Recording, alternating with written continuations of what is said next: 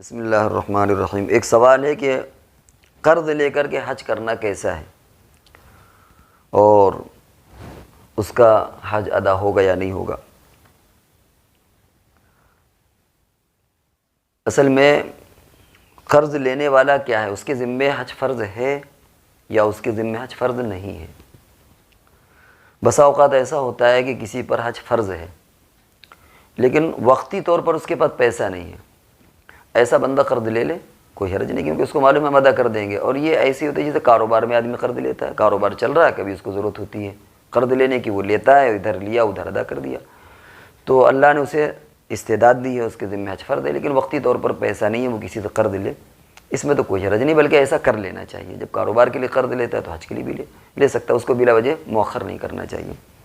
سوال کا اصل مسئلہ یہ ہے کہ کوئی غریب آدمی قرض حسنہ لے کر کے کسی سے اور وہ حج کرے، اس کی کیا شکل ہے، کیا یہ درست ہے یا درست نہیں ہے۔ یہ شکل شرعاً درست نہیں ہے، البتہ حج تو اس کا ہو جائے گا لیکن یہ طریقہ اچھا نہیں ہے،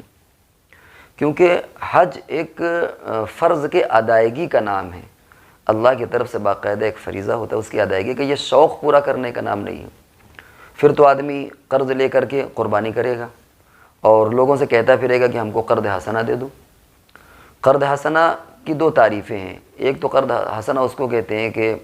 قرض دے کر کے معاف کر دیا جائے، اور دوسرا قرض حسنہ اس کو کہتے ہیں کہ آدمی قرض دینے والا یہ کہے کہ بھائی جب تمہارے پاس ہو تب دے دینا۔ تو اب اس میں اخلاقی طور پر یہی ہونا چاہیے کہ جب ہمارے پاس ہو تو ہم دے بھی دیں، ایسا نہ ہو کہ ہمارے پاس ہے پھر بھی ہم نہیں دے رہے کیونکہ اس نے قرض حسنہ کا استعمال کر دیا ہے۔ تو یہ اردو والا قرض حسنہ ہے، قرآن کی اصطلاح میں جو قرض حسن ہے وہ الگ ہے اور یہ موقع اس کا نہیں ہے، وہاں قرض دوسرے مفہوم میں ہے۔ یہ جو ہماری اردو کی اصطلاح میں قرض حسنہ، اس کے دو مفہوم ہیں کہ یا تو قرض دے کر کے معاف کر دینا، اور یہ آدمی کہے کہ بھائی اپنی سہولت کے اعتبار سے ادا کر دینا۔ ایسے میں اگر آدمی کے پاس پیسہ ہو تو ادا کر دینا چاہیے، بلا وجہ ٹال مٹول نہیں کرنا چاہیے۔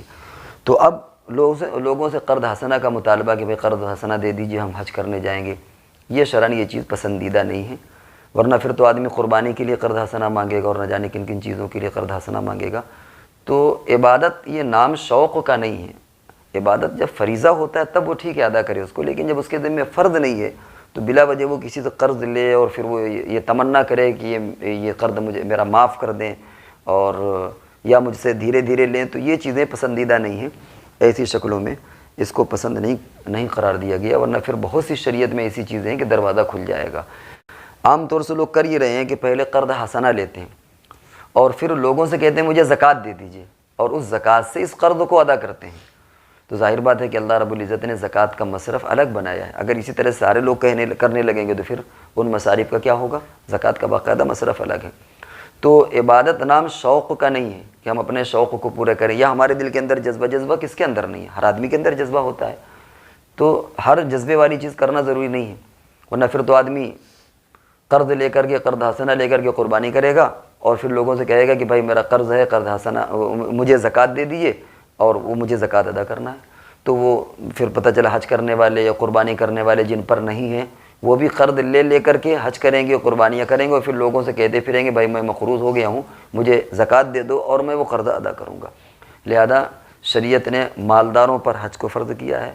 اور صاحب نصاب پر قربانی ہے۔ جو بندہ اس استعداد کا ہو وہ باقاعدہ یہ کام کرے، جسے اللہ نے نہیں دیا وہ دعا کرے، تمنا رکھے، اگر دل میں سچی تمنا ہوگی تو اللہ کی ذات سے امید ہے کہ خود حج میسر ہو جائے گا،